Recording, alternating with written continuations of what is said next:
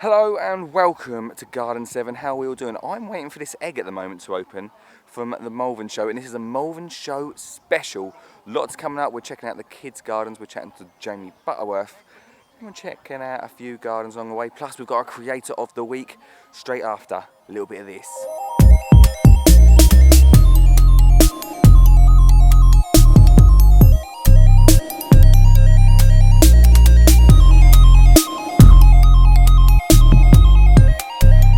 Yo, so welcome to the Malvern show. It's a bit sunny now and I've got a bit of a sore throat. Now firstly, I'd like to apologise for last week's show. Mainly because, hang on, let me sit down somewhere. Mainly because I accidentally deleted the whole show. Spent 2 days doing it, doesn't matter. But we are here in Malvern and I've got loads coming up to show you. Now, something that the BBC didn't get last week, I've got a little bit of an exclusive for you, is the kids' gardens. That's coming up later on. I'll go and check them out. Like I say, we've got Jamie Butterworth, he's coming on, he's going to do an interview with us. Also, we'll show you a little bit of what's going on stage. The stage is over here, look, just over there. Let me show you a little bit around the main garden, just a little bit. You probably saw it last week in Garden as well, didn't you? But sunglasses on, let's have a look.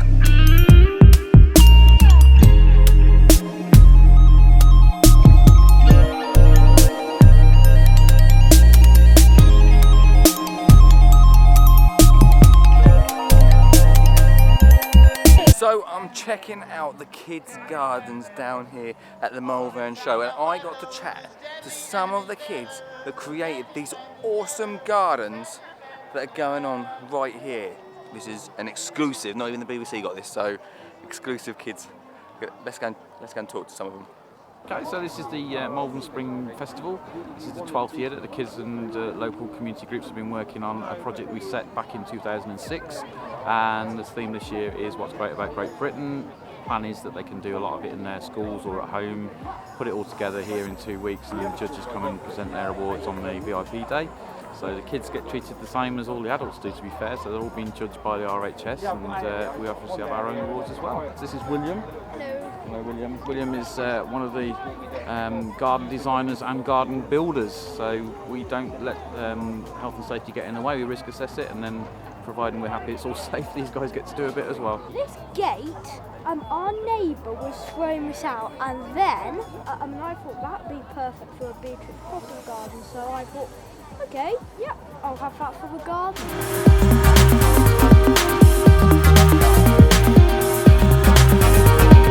Well, it's from Robert Mushet, who lived 200 years ago, and he developed tungsten steel, and it's all about using recycled materials to make all the animals that you can see here. There's some of the children involved, but they don't want to be on film. Yeah, I did make some animals, but one of them's fallen in the pond. Oh. Yes, we've got lots of grandparents involved. People from the community also came and helped, who didn't have family in the school but lived in the village.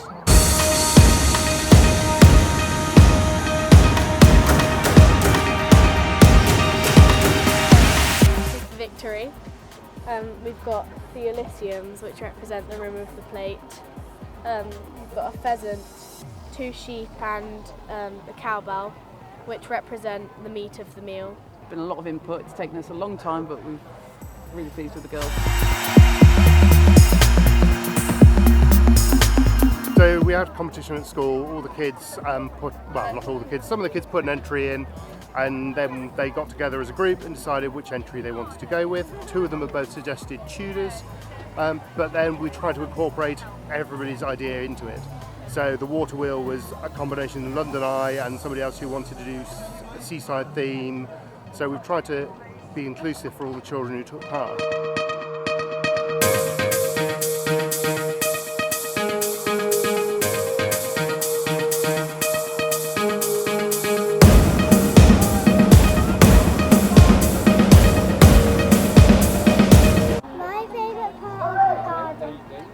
Poppies, because I like the way that the entire school was involved with it, because they had to make out of clay and paint it. The poppies were made by every single child in our school. Wow. There's about 630 people. The pampas grass is made to look like clouds, and then we've got the planes flying through them. Oh, that's clever. So this is the Union Jack garden. It's called the Empire Garden of Imports, and this is what the leaflets look like. There are 4 different gardens which represent it, and we came second place. You guys really enjoyed building the garden? Yeah. We got some soil and we planted, and we did some willow things.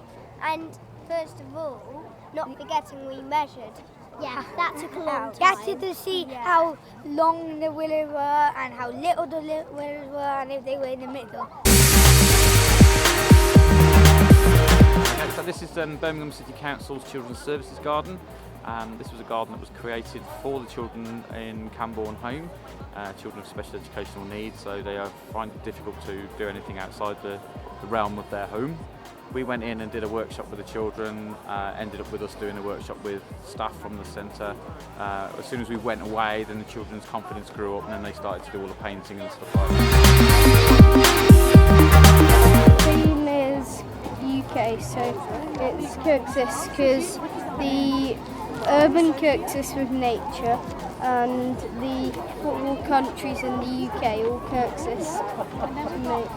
And how different religions all come together as one.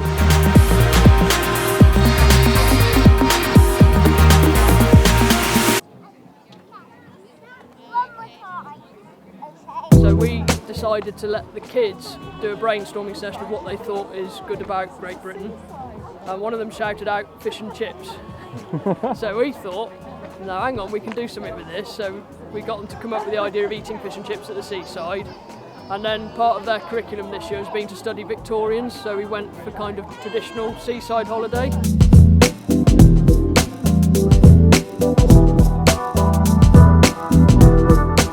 about through now, and we've got the tunnel. So our garden's is based around the idea that you can have tea with a twist. The children came up with the idea of it being a very British tea party.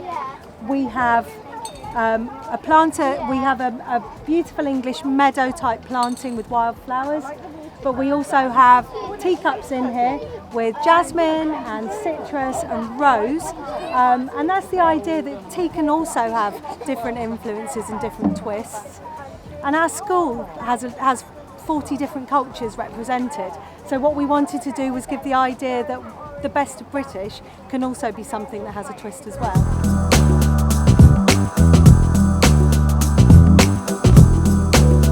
The theme of this garden is Great Britain, and this is the Lifton suspension bridge in Bristol.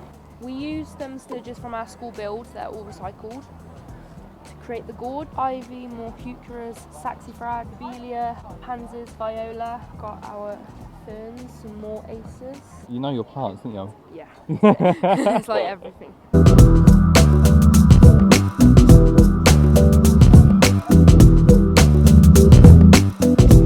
So as you can see, Malvern show has really gone all out with the kids' garden this year. And well done to all the schools that got involved. Who's that geezer? Keep noise down, mate, keep noise down. So I can't wait to see what the schools get up to next year for the Malvern show. But thank you very much for watching this little bit. Back to Lee at the Malvern show. We'll do this. Absolutely love those gardens. Right, now it's time to go and check out our creator of the month. This week is Dave Lifton. He is on the old YouTube. I check him out every week to see what he's up to down his allotment. So, over to you, Dave, with a pretty hot one. The chili pepper. Some have tried to tame it. Most have failed.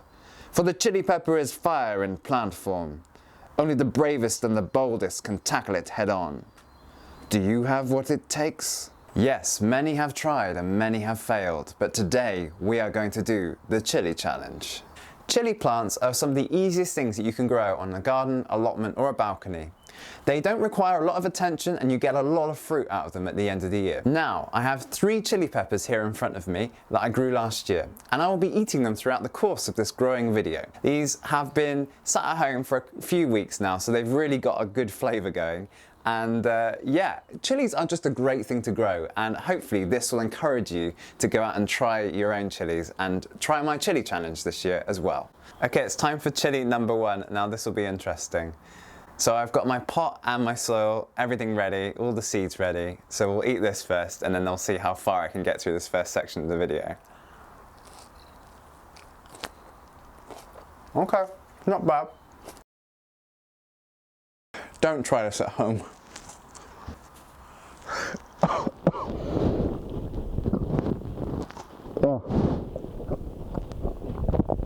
Okay, so here in front of me, I've got my pot where I'm going to put all of my chili peppers. I filled it most of the way full, so hopefully you can see that. Oh. Now, we're going to put the seeds in. I'm crying already. Oh. Oh.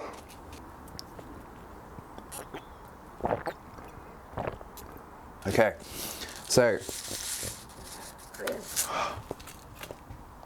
here are the chili peppers. Well, the miniature ones, baby ones. Oh, my mouth is on fire. Now what I'm going to do is I'm going to sow them just gently across.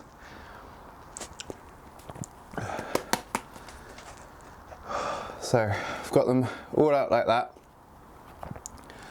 Just spread them around a little bit. Like that. We'll get some more down as well. Just sprinkle them on. Oh, my mouth is on fire right now. Okay. Wow. Okay, so there we go. There are the chilies. Now, it's really easy, this bit. You just want to get some soil and sprinkle it on the top. So like so. Da-da-da.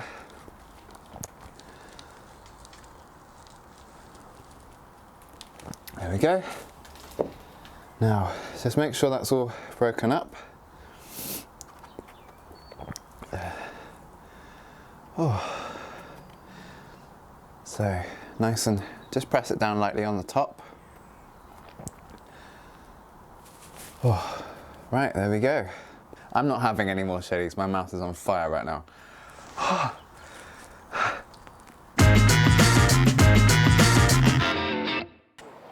Some actual goats.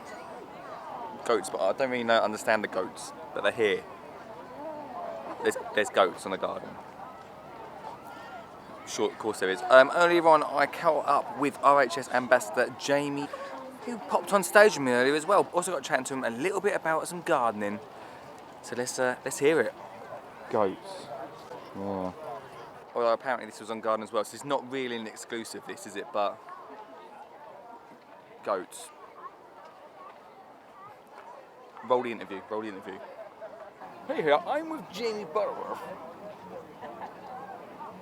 We're just checking our phones. Yeah.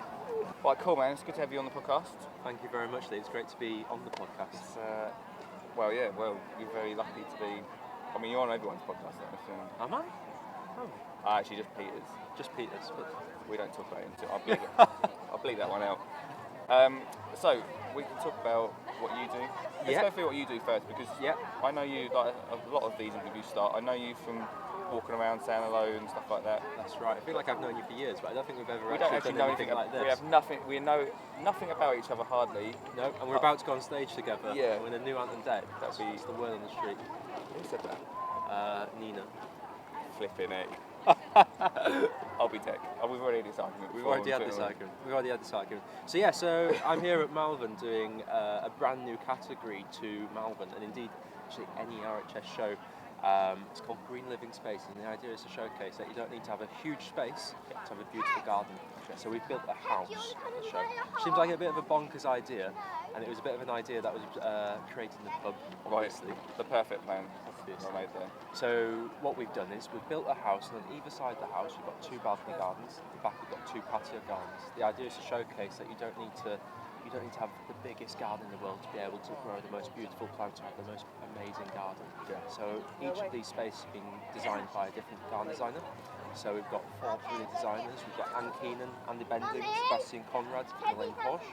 They've all been judged as show gardens. So if you look at Peter Dowell's garden or Rupert's garden, people like that, they've all been judged to the same standard, which is brilliant for us. And we've actually come out of it with some amazing medals. We've got a gold medal, a silver gilt, and 2 bronze. So they're all RHS medal-winning designs. So we couldn't be happier. Inside the house, we've got a living room, which is to showcase that even if you've got no outdoor space at all, like myself, I've got a 1-bedroom flat in Hook, which is north-facing, just a few windows, and I can still make my own little jungle in there. So it's coming up with fun, creative, different ideas of bringing plants into your life through the means of houseplants. So we've created a coffee table, which is basically a terrarium. It's a living coffee table. We've filled it with houseplants and petunias and peromias and spleniums. It looks awesome. It's very kind. And then we've got some big plants like caryotas, we've got monsteras, we've got spadiphyllums. And you go out of the front of the house, and we've got a front garden which has got a driveway on it with a nice Morgan parked on it, which is amazing, and it's been by far the star of the show. But then it's been planted up in a way that showcases that you can have a functional and beautiful front garden. So you don't need to just pave over or tarmac over your front garden, but actually you can make it functional and stunning at the same time. That's the thing with front garden. Actually, yes, I'm guilty of that because Everyone's wanted to park my car on it, just paved it, but that gives it such another option to what you can do. And the RHS have got such a campaign going at the moment called Green and Grey Britain, and it's true, you walk up just about any street now, or pretty much every driver, we're all guilty of it, it's paved over or tarmacked over or block paved, and which is what everybody goes to, because it needs to function. You park your car when you go into the house, and in this day and age where everybody's got a car, that's what they're there for. But also if you can incorporate that hard standing area and plant it. So what we've done is we've got 2 strips for the car to park on, and then we've filled the middle bit with gravel and planted low growing plants that will gently knit their way through, ajugas and alchemillas and saxifrages and plants like that that won't mind a little bit of roughy tufty from the car. But you can run over them. Yeah, it'll be fine. As long as the car's going quite free, if it stayed there the whole time, it'd be a bit of a nightmare. But if it's going every day, then they won't mind it at all. We've got a few nice trees to show that you can have small trees in the front garden. So we've got an Asagricium and a Cornus clusa, neither of which are going to take over the world. Right. But they're going to be really nice front garden trees, and we all need more trees now. They're so important. Oh yeah, no gardens come with trees really anymore. Like even when you buy a house, they whip the tree out. That's it. Just grass over it, or not even grass anymore. The importance of gardening and plants, especially in this day and age where gardens are getting smaller, everybody seems to be spending more time at work, more times in their car, more time travelling. We need to be engaging more in green spaces. It's so good for us, whether it be physically or mentally, or even just plants produce oxygen. It's as simple as that. We need them to survive. Actually, it's quite important when you say it like that, mate. Yeah, it is. Yeah. I mean, they're great to look at, but physically, we need this grass, we need these trees, we need these shrubs to actually physically survive. People forget that sometimes. And there is nothing greater in life than going out and picking a shrub straight from the plant. Oh, that is the cheesiest thing I think I've ever heard you say. It is true though, and I stand by it. It is true, you're I right. always forget, and it comes to June, and the strawberries are ready, and you eat it, and this is glorious. It's so much better than anything you could ever get in a supermarket. Doesn't matter how local it is, if it's from your own back garden, it's the best thing. And it's cheaper.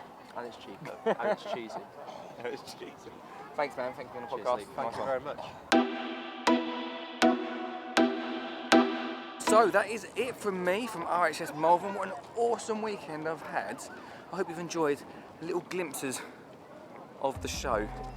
I'm going to be back next week, same time, Friday, 9 PM on Facebook Live. If you can do me a favour, give us a little share, give it a like, and share it with your friends, share it with your family, and let me know what you think of the show. And if you went as well, comment below and let me know what you thought. Next week's Facebook Live show comes live from RHS Chelsea, so find out the best of that week, and I'll find some little bits, some little nuggets that the old BBC might not have picked up. Join me next week, Friday at 9 PM. So I was literally just about to go when I got this, as if I couldn't need a bigger ego boost. My own knitted skinny jean gardener. Check that out. It's from the lovely people that did the knitted garden here at Malvern. I just want to quickly go and check it out and show you what it's all about. But yeah, got my own knitted me. Sure, of course. Why wouldn't I? So that's it from my adventure in Malvern, examining one of the best gardens I reckon that are here. What do you all think, guys? You think it's good? Yeah. Thank you for watching. I'll see you next week at 9 PM.